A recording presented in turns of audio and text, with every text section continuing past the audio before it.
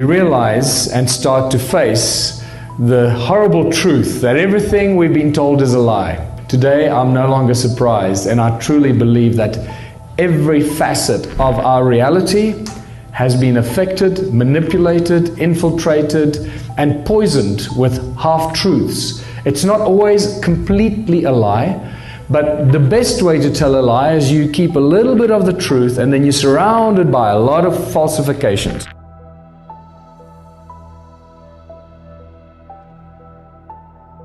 Everything in creation spins and vibrates. Everything has its own prime resonance frequency. Everything. And this is why once we can identify a prime resonance frequency of a bacterium or an atom or whatever it is, or a soccer field, we can then manipulate that object with its prime resonance frequency. In Christianity, it's the word. In Hinduism, it's Om.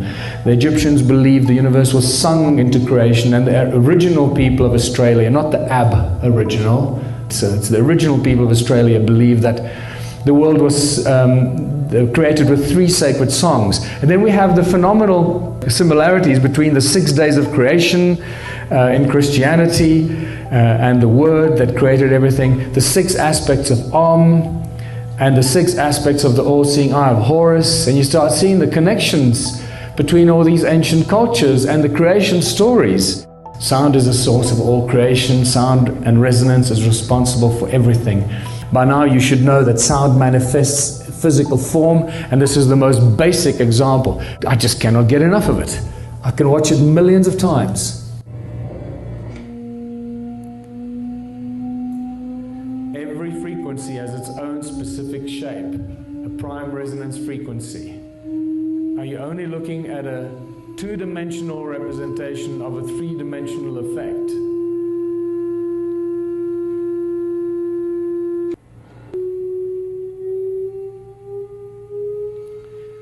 I think he actually uses rice on a metal plate here.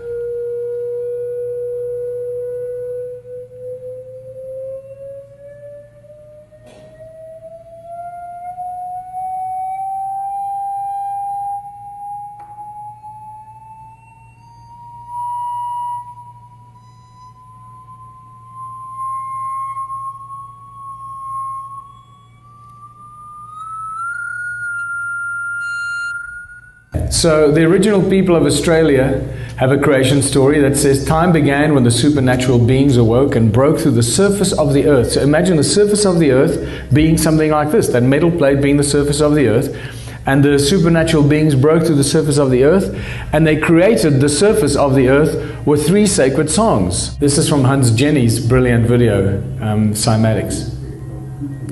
This is powder on a metal plate. It's not a liquid or a jelly, it's powder. You can see landscapes being formed here over extended periods of time. Mountains can form, valleys, volcanoes, all to do with the sound of the earth, coming out of the earth. Now watch that. And then Eric Larson is the guy that created the cymoscope, and this is when you can suddenly see how the human voice has potential to create infinitely. That with our voice we have the potential to create everything and anything we can imagine. That we are indeed creators. And remember, every thought you have also has a frequency and a vibration, has a resonance, just like your voice.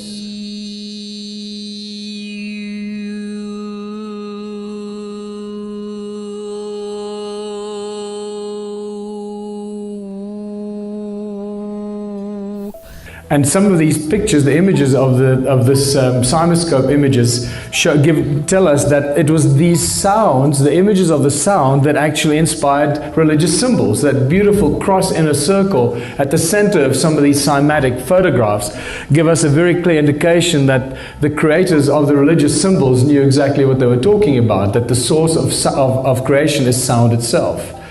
And that takes us to what sound does. Sound pretty much does everything you can imagine because it's a source of creation. And this brings us to using sound as a tool in technology. Sound creates light. It's very obvious. We know that God said, let there be light, and you can do this yourself by attaching a speaker to an LED light and see what happens. Royal Raymond Rife, you should know by now, that the man that found the cure for all disease with sound and resonance. They were converted to electric impulses, and sound continues to amaze us. Sound can levitate. By now, you would have seen this many times. Just a very quick idea that sound actually does levitate things, but this is not how the ancients used to levitate the very big, heavy objects. This is a very different technique used here. This is just pressure waves that can levitate things, very light objects, but it does give you the ability to imagine that sound actually levitates. Sound creates hurricanes. There are two guys in 2003 that lodged a patent to create hurricanes out of sound, believe it or not. And I believe they were granted their patent to create hurricanes. And maybe this is how they create the weather for us, without us even realizing it. And this is where we start getting into the real understanding of some of the masters. And no matter how I look at it, how much research I do, I keep coming back to one guy that stands head and shoulders above all other researchers and inventors of, I don't know, for how many centuries. And that guy's name is Nikola Tesla. He says, if you want to find out the secrets of the universe, think in terms of energy, frequency, and vibration. That's exactly what I've been sharing with you here. Everything is sound and magneticism, and this is really important. So what most people don't know is, remember, sound, God said, let there be light. So it's sound, moving sound. Sound manifests as toroidal fields. Those moving toroidal fields create magnetic fields, which are toroidal fields as well. And moving magnetic fields create electricity. That's the sequence of events. This tells us that because sound creates magnetic fields, it means everything must have a must be magnetic in some sort. And in some sort of way. And if it's not, there's a very specific reason why it's not magnetic. So here's an example. You might not think of water as being magnetic, but it is. And so are graphite, aluminum, and glass. Aluminum is a good example of a paramagnet.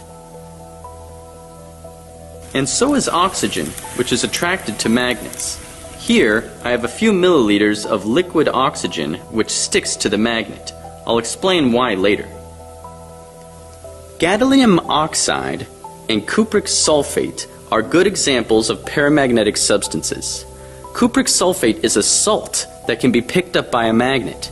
Here is a picture of an electron. There's a picture taken about a decade ago. They tell us that this is a light beam or electron riding a light beam. Can you see a particle anywhere in this picture? No, there's no particle. They're resonant waves, and yet they tell us it's an electron. Can you see how we get brainwashed? So this is what Nikola Tesla has to say about the electron from an interview in 1928. On the whole subject of matter, in fact, Dr. Tesla holds the view that are startlingly original. He disagrees with the concept of atomic theory of matter and does not believe in the existence of an electron as pictured by science. This is a shock to the system, because we all think, electrons, electrons. And you start seeing an agenda being developed here, an agenda being developed by mainstream universities, the mainstream scientific fraternity, under the guidance of those that are trying to lie to us and make us believe things that are not so. This is what Einstein has to say about the electrons. In the theoretical treatment of these electrons, we are faced with the difficulty that electrodynamic theory itself is unable to give an account of their nature. For since electrical masses constituting the electron would necessarily be scattered under the influence of their mutual repulsion unless there are forces of another kind operating between them, the nature of which has hitherto remained obscure to us. So he says, he doesn't quite understand how electrons come into being.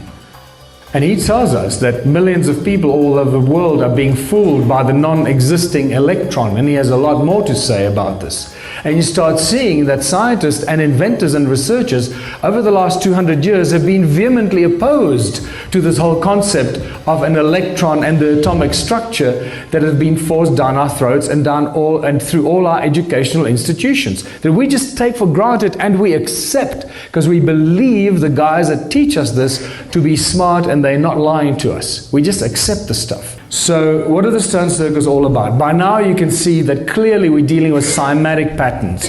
Very obvious we're dealing with cymatic patterns. That's what every stone circle is. It's just a representation of the sound frequency that comes out of the earth at that specific point. That's what this is all about. And some of these cymatic, like sand on a metal plate, but now these are stones, right? Some of the structures are actually very distinct magnetrons.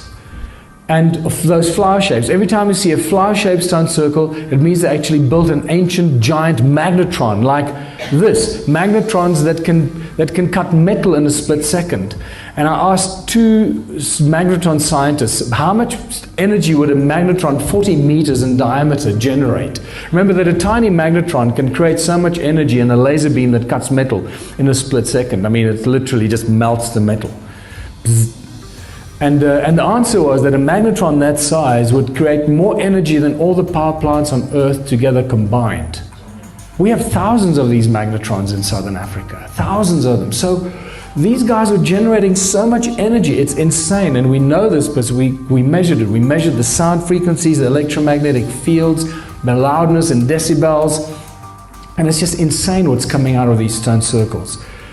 Adam's calendar is the most powerful of all these ancients of these stone circles. Adam's calendar is actually much, much more powerful. It's as if they all seem to be sending their frequencies to Adam's calendar, and that's like the collection point for all this, the energies created by all these millions of stone circles. That's what it seems like. So what we have at Adam's calendar is a very definite toroidal effect, and it's alive even today because we measured it. So when you look at ancient structures built out of stone, you realize that these guys knew exactly what they were doing. They understand that stone is the tool that carries with it, in it, information, storage capacity. It's an energy source, and that's why they used stone. Not because they were stupid, because they were very, very smart. We're the dumb ones, but we're catching up quite quickly. So what's very obvious now is that all these ancient structures, from the pyramids, Borobudur, etc., are all ancient machines. They were giant machines built out of stone, crystalline substance, to create or to perform specific functions. It's just the function that we haven't figured out. It's powered by the sound of the earth and activated by the movement of the sun. I mean, it's bloody brilliant. It's so simple. And now we're figuring this out, and we know that the energies are still there, because this is a photograph taken of the pyramids, and there's still huge energy coming out of the pyramids. Even the symmetrical patterns coming out of Stonehenge, although Stonehenge has been completely reconstructed, there's still very powerful symmetrical patterns coming out of Stonehenge that tells us that its original structure was very specifically created as a resonating device, an energy device. All this ancient stuff that we're dealing with, just like I said, these ancient machines are just advanced technology on a gigantic scale. These obelisks in Egypt, they ring like bells. If you listen to them, they ring like bells, just like those stones in my museum. And when you go into these temples in Egypt, you know, we're told that they were built for this and offering. It's all nonsense, offering and praying. It's just too many pillars, not enough space. When you look at them from this angle, you realize that this is just something very different. And all those pillars clustered together, why would they build them like that? And then the more I looked at it, the more I realized, now inspired by realizing that the stone circles were powerful energy generating devices, suddenly seeing aerial photographs of these temples in Egypt, I realized that they weren't temples, but they were actually templates. That we're actually looking at gigantic energy circuits, circuit boards on a gigantic scale that we could never have imagined. It's just beyond our imagination. The scale that these guys were building things on is something way out of our perception, because we just don't have enough money to do that. And macro processors, gigantic microprocessors become gigantic macro processors. You know, and here we are told that these were places of worship, and then this is where the people lived. No, these are giant bloody macro processors, and that's part of the circuit board. You know, it's what it is. And you can start seeing that the pyramids were the same thing, giant powerhouses, creating huge amounts of energy. And just, you start seeing things and recognizing how all this fits into ancient history. Sacsayhuaman is also just a giant circuit board. When you look at images from the air, you realize it's just a giant circuit board. It's not a fortress on top of a mountain to ward off marauding crowds and guys on horses and spears. No, it's a giant circuit board.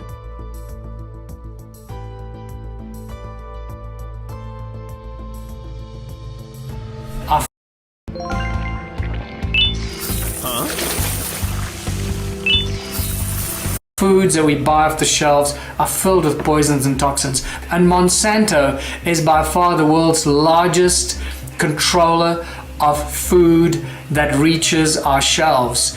The genetically modified seeds and the control that Monsanto has taken over the world is potentially devastating for the future ability of humanity to grow our own food. We were talking last week about some of the stuff that is subsidized in America agriculturally, and it's all the stuff that goes into making the worst kinds of food. It's not beets and broccoli. So as much as we might have reached a really dangerous situation with Monsanto controlling large quantities of seeds and genetically modified seeds, and they own the rights to those seeds, by the way, as well. So if you accidentally grow their seeds on your farm without a license, you go to jail or they confiscate your farm. A Canadian scientist has been caught in an Aaron Brockovich-like moment when he's asked to defend that chemical against links to cancer rates in Argentina.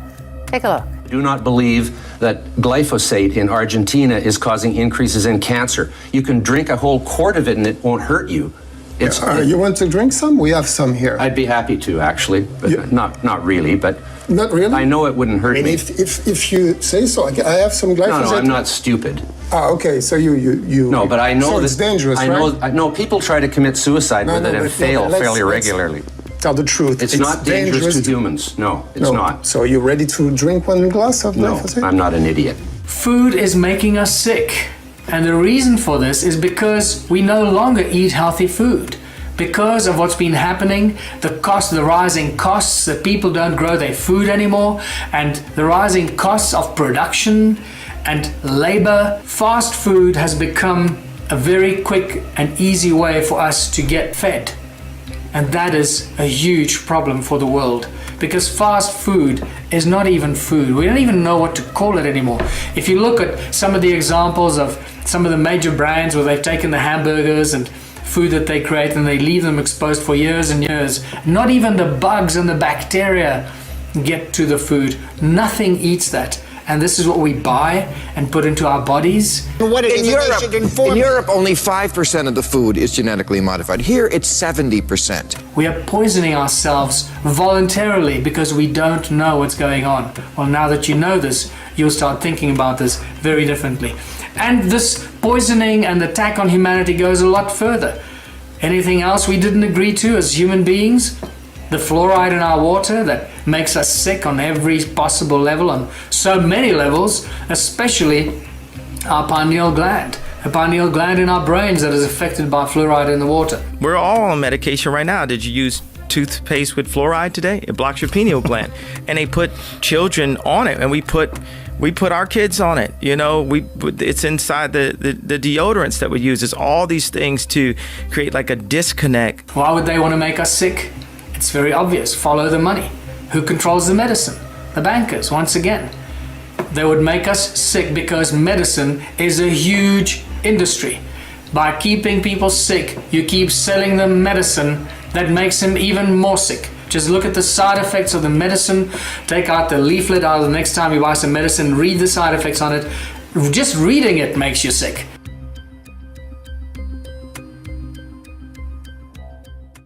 Why is the world divided like this? It is not by accident. All of this is by very meticulously planned action. It is all done by design through the control systems that run our world. All you got to do at all times is follow the money. You'll get to the top and discover the Rothschild banking empire and their cronies, the banking families, and what is often referred to as the royal political elite. These families that control the world did not suddenly come into power in the last 100 years. We're talking about thousands of years of royal bloodline control of the world. The Rothschilds and the other banking families pretty much own all the central banks of the world. This is a shock to the system. The central banks of the world, like the Federal Bank of America, the Bank of England, the South African Reserve Bank, the Reserve Bank of Australia, India, Brazil, all the central banks of all the countries of the world do not belong to the people. They are owned private entities that are controlled and owned by the Rothschild banking empire. And they set the norms, the rules, and the financial policies for the countries. And they lend money to the countries, the governments and the presidents and the prime ministers and the ruling parties of the different countries. And this is why we are constantly trapped in a cycle of debt, because the banks that print our money do not belong to its people. What is money really? Well, money is just an idea. It's a piece of paper. It's a tool of enslavement. And what you will learn here is that money is not something that evolved over thousands of years of bartering and trading as a tool that can help humanity prosper. No, it's exactly the opposite. Money was a tool of enslavement that was conjured up a long time ago and introduced as a complete and whole philosophy and a tool of enslavement. It's just a piece of paper that controls our lives. It burns and disappears. Where did money come from? How did money originate? Very few people are actually aware of this. Well, about 6,000 years ago, the first money appeared in the form of clay tablets. This is during the Sumerian Empire. Well, the Sumerian texts tell us about when money first appeared, and also when the first royal bloodlines first appeared, and we find the emergence of the first kings, or the so-called first priest kings. And it just so happens that these first priest kings that appeared out of the blue on earth suddenly created all the banks, they created their temples, and in their temples they started to print these clay tablets, which became the first forms of money. So in essence, the temples of these first kings that appeared on earth were the first banks from which the first forms of money were distributed to the people. And nothing has changed in thousands of years. This is really important. So what if I told you that banks create money out of thin air? Would you be surprised? Well, that's exactly what happens. They have nothing. Money is absolutely useless. It is a piece of paper. It has no backing, and this is why it's called fiat currency, fiat money. It means nothing. It is valueless. It has no value. The only reason it has value is because we, the people, think it has value, and it's given to us as a piece of paper that has some sort of value, and we trade it and use it and go around and kill each other for it and rob banks for it and go to jail for it and do... It controls our lives from the first moment we are born to the last moment as we die. Money controls our lives.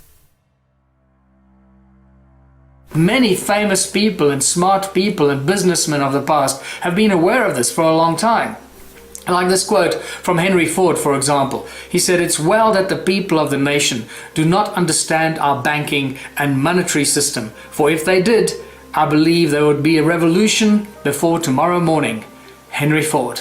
Many people, many great leaders of the past have resisted money, have resisted the bankers. JFK tried to break America free from the Federal Bank, Federal Reserve Bank stranglehold on the people of the United States. This is a quote 7 days from before he died. He says, "There is a plot in the country to enslave every man, woman and child. Before I leave this high and noble office, I intend to expose this plot." 7 days later, he died. What you need to know is JFK actually started to print what became known as the American or the United States note, which is not printed by the Federal Reserve Bank, and therefore taking the control away from the Fed. As soon as they assassinated him in Dallas in 1963, within 2 weeks or so, the Fed started to print the American money again, taking that control back. And this happened also with Abraham Lincoln, who 100 years before that started to print the greenback in the United States, making the American people free of all debt. And the greenback was printed by the government. It didn't belong to the Federal Bank of the Rothschild Empire. This was obviously not liked, and they lost control. This is why they shot him and got rid of him, because he didn't play their game. Who controls our governments? Who controls the bankers? Who controls what's going on here? Many people around the world call these the puppet masters. We don't know who they are because they don't want us to know who they are. quote from Mayer Amschel Rothschild, the founding father of the Rothschild Empire in the 1700s. He says, "Let me issue and control a nation's money, and I care not who writes the laws." And that's exactly what has become of the world and our countries. Because through the banking institutions, they control everything. Think about how money and the bankers control all the education systems, the research laboratories, how they control industry, the large corporations. Everything imaginable ultimately goes back to those who control the money. Follow the money and you'll see the root of evil and the root of control as it unfolds around us. Who controls the corporations? Once again, follow the money. Always leads back to the Rothschilds' banking empire. But unfortunately, in our legal systems, corporations have more rights than living, breathing human beings. Think about that. This is unimaginable that something like this could even happen. Many people are shocked when they find out that every country in the world is registered as a corporation. And it's not just countries. It's states, provinces, cities, everything imaginable. The roads that we drive on are registered as corporations. Everything in our lives has been incorporated around us while we carry on and distracted by computer games and the news and who's screwing who and who won what game and what final is being played, while we're being distracted by the entertainment and the programming